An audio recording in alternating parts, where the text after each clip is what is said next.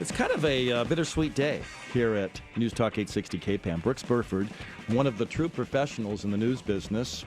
Well, Brooks, tell everybody what's going on here today. Let's see. Wait a minute. There we go. Those pesky buttons.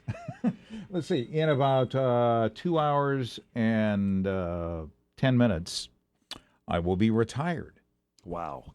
Yeah. That's a congratulations goes out to one who's had an incredibly successful career in TV and radio broadcasting in the Northwest, Brooks. And I know we both spent time in Seattle. We both spent time in Portland. And I admire the way you put together your stories and how you fact-check things that, because, I mean, news is a tough business. You screw up, you're in huge trouble, and you're a survivor and a thriver. Thank you very much for that. And that's a very well-received compliment from someone who I think is just as, if not more professional than me, because in the world of sports, it's so very difficult to stay on top of absolutely everything. And somehow you've been able to do that. How do you do that? Well, this isn't about me today. This is about you, Brooks. I want to know. Okay, well, I'll tell you how I do it. I read a lot. I pay attention a lot. Well, you have to. And you have to absorb a lot, and you have to learn. That's one thing what education does. You don't just get stuff stuck in your head by teachers who say, learn this thing.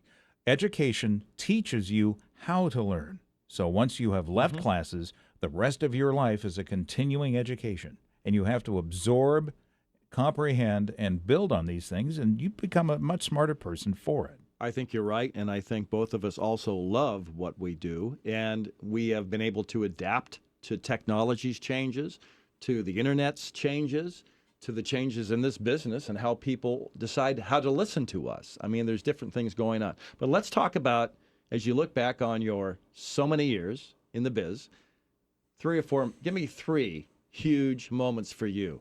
Well, not only maybe a story or two that was so exciting to cover, but satisfying things that happened to you. I'll tell you this, probably covering the continuing eruptions of Mount St. Helens over the years has been very personally rewarding because I've had an affinity for the sciences and geology, and to have a mountain explode in your backyard and having the privilege of working for a couple of TV stations, one in Seattle and one here in Portland, K2, where there were, past tense, helicopters sitting on the roof at my disposal.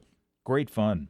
And the one reporter who got stuck, Dave, the guy who walked out and they thought he was dying, wasn't he? He was either I think he was a Como photographer. Crockett? David Crockett. Thank you. And he was caught on the South Fork of the Toutle River. Right. And the edge of the blast cloud was right over his head. That was just amazing. Probably something that all Oregonians and people in the Northwest will remember, if they certainly were living here between 1981 and 1985, was the invasion of the state of Oregon by the Rajneeshis. Did you go over there a lot? I was over there an awful lot. I have a whole bunch of pictures that was taking, and I got there's some guy named the Bhagwan. He's shaking my hand, and it's really a hoot. The Rolls Royces. But those people are not to be laughed at or mocked. They were trying to take over the state, and they were willing to kill people to do it. They almost did. They poisoned 800 people in Wasco County just to lower the voter rolls, so their people would be able to cast more ballots, so they would have the majority on the Wasco County Board of Commissioners.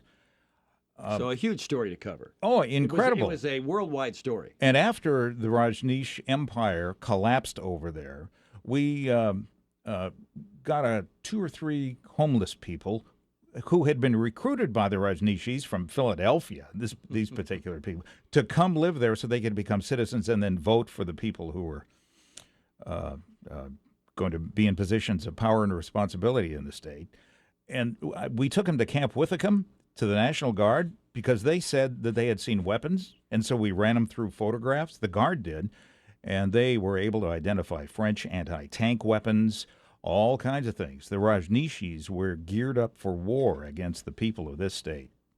It was absolutely amazing. Well, those are two, huge stories that took place here in the Northwest. We got about a minute. What's Brooks Burford going to do now?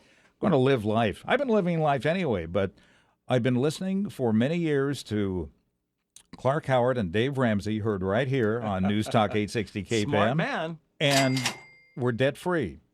We've been careful with our money. I've never been extravagant. I've never been cheap, but I have been living.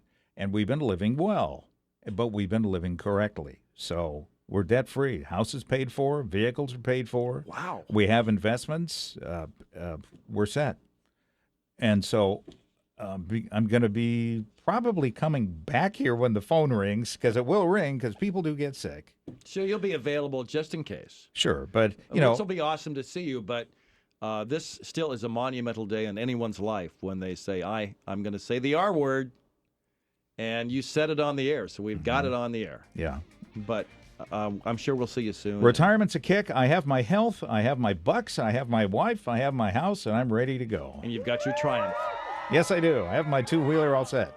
Well, hey, Brooks, congratulations. Thank you very much. And, Ron, it's been a pleasure working with you, not only here, but up in the newsroom at KIRO TV in Seattle. We've had so many years together. Good luck to you. We will miss you, but I'm sure we'll see you soon. Thank you very much. Brooks Burford.